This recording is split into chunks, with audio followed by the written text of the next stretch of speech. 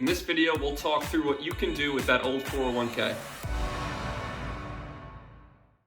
So regarding that old 401k, there's really three options at your disposal, and I'm going to talk through each to give you some things to think about. Number one, you can leave the money right where it is.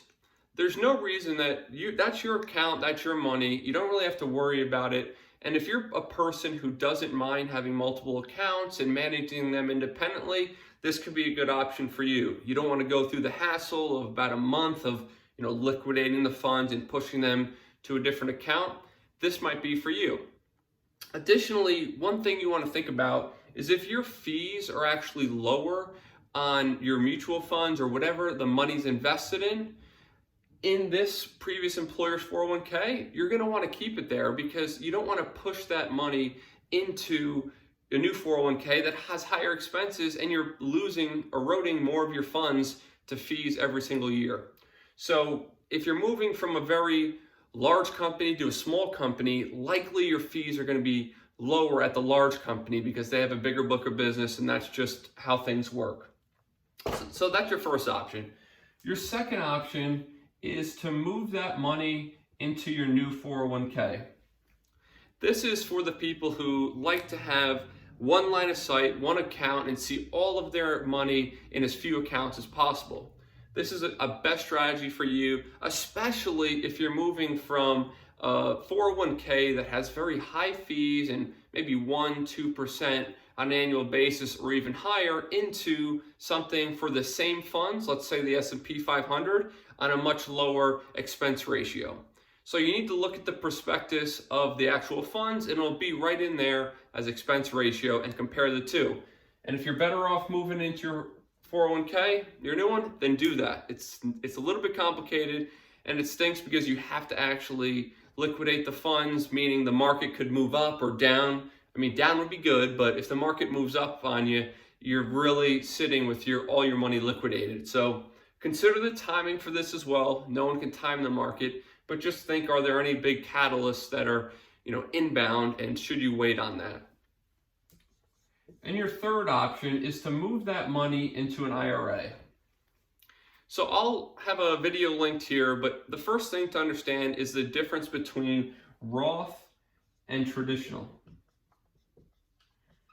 So fortunately, a lot of companies now are offering both traditional and Roth 401ks, meaning you can save before tax and on an after-tax basis.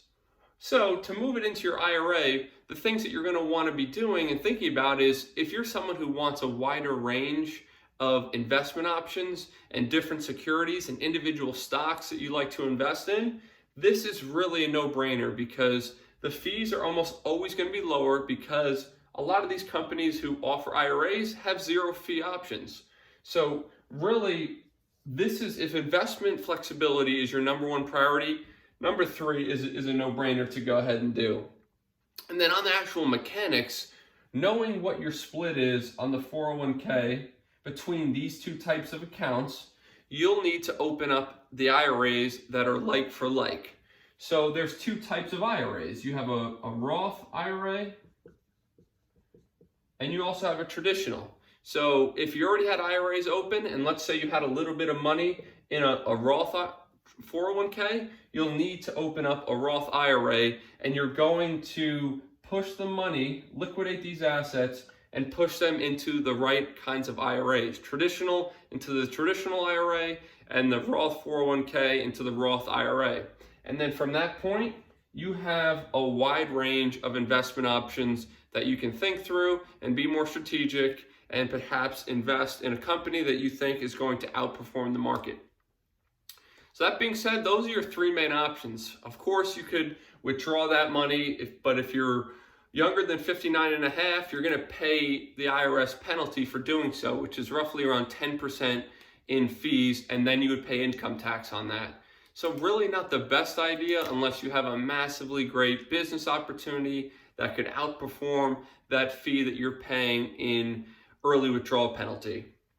So these are your three main options, and hopefully this gives you some insights and information to help you decide what's best for your personal financial situation. If you like this video, Feel free to subscribe to stay up to date with my latest content. I focus on personal development and financial success, and I share as much as I learn so we can build and grow together. Thanks for listening. Take care.